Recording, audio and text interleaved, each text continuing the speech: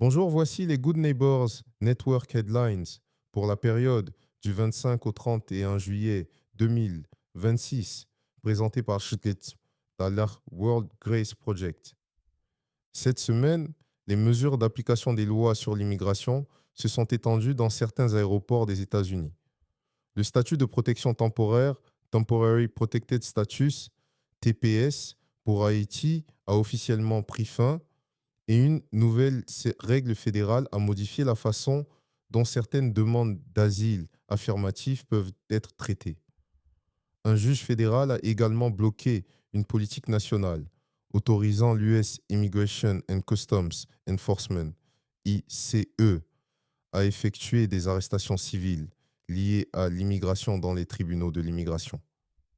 À l'échelle nationale, Medicare a célébré son 60e anniversaire, tandis que de nouvelles modifications concernant les subventions pour les médicaments sur ordonnance ont été annoncées. Les combats entre les États-Unis et l'Iran se sont également poursuivis pendant que le Congrès débattait de l'autorité du président en matière d'opérations militaires. Commençons par l'immigration.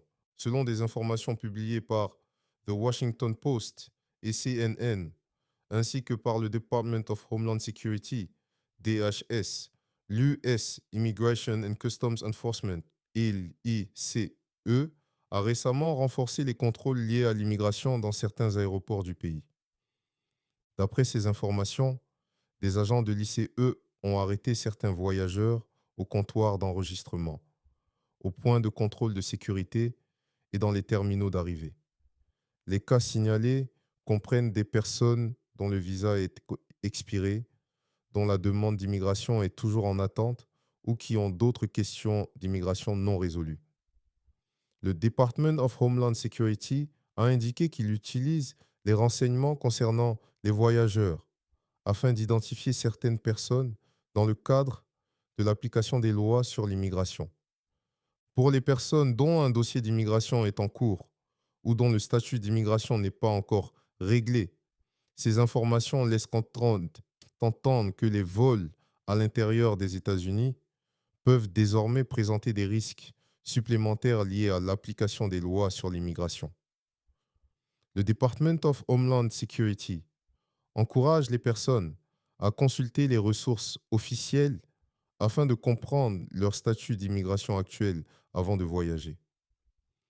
L'US Citizenship and Immigration Services, USCIS, a annoncé que la désignation d'Haïti au titre du statut de protection temporaire, ou TPS, a officiellement pris fin le 27 juillet. Selon l'USCIS, les documents d'autorisation de travail délivrés dans le cadre du TPS pour Haïti ne sont plus valides en vertu de ce statut. Le statut de protection temporaire permet à des personnes provenant de certains pays touchés par un conflit armé, une catastrophe naturelle ou d'autres circonstances extraordinaires de vivre et de travailler aux États-Unis pendant une période limitée. Haïti a été désigné pour la première fois au TPS après le séisme dévastateur de 2010, et cette désignation avait été prolongée à plusieurs reprises au cours des 16 dernières années. La fin du TPS pour Haïti touche des centaines de milliers de ressortissants haïtiens à travers les États-Unis, y compris des familles ici même en Iowa. Des renseignements supplémentaires sont disponibles auprès de l'USCIS. Cette semaine a également apporté un changement important concernant la procédure d'asile affirmatif. Le Federal Register a publié le 28 juillet une règle finale intérimaire indiquant que l'US Citizenship and Immigration Services, USCIS, peut désormais renvoyer directement certaines demandes d'asile affirmatif devant un juge de l'immigration, sans procéder d'abord à un entretien avec un agent d'asile de l'USCIS.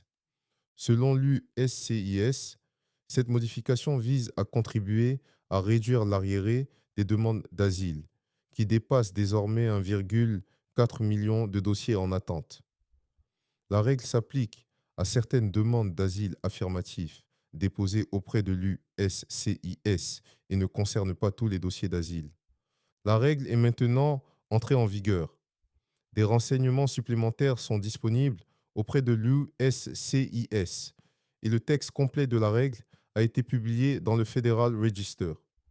Cette semaine également, un juge fédéral de San Francisco a statué que l'US Immigration and Customs Enforcement, ICE, ne peut pas appliquer une politique nationale autorisant les arrestations civiles liées à l'immigration dans les tribunaux de l'immigration.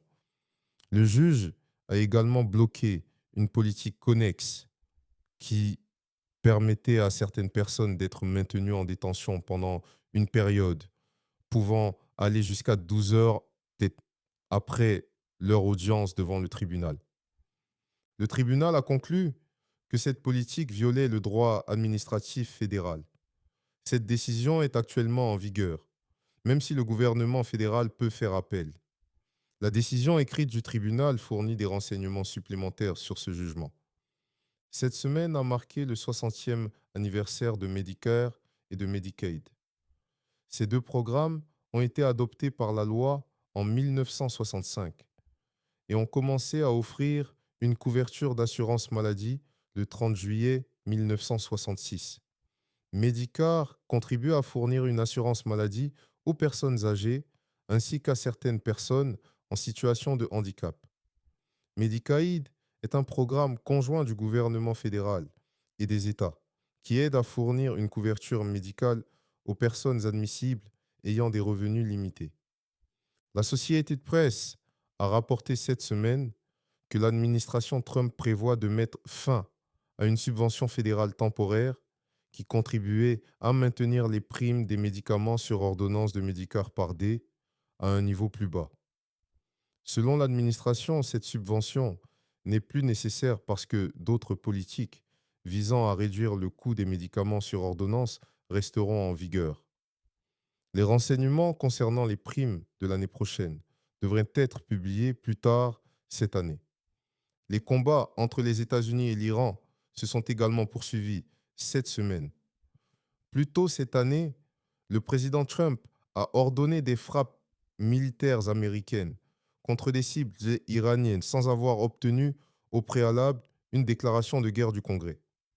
Ces actions continuent de soulever des questions au sein du Congrès concernant le pouvoir du président d'utiliser la force militaire sans approbation préalable du Congrès. La Constitution des États-Unis confère au Congrès le pouvoir de déclarer la guerre. En 1973, le Congrès a adopté la War Powers Resolution afin de définir dans quelles circonstances un président peut employer la force militaire sans autorisation préalable du Congrès et dans quelles circonstances il doit informer le Congrès d'une action militaire. Le récent conflit avec l'Iran a ravivé le débat sur la manière dont ces pouvoirs constitutionnels et juridiques doivent être appliqués. Merci d'avoir écouté Good Neighbors Network Headlines présenté par World Grace Project.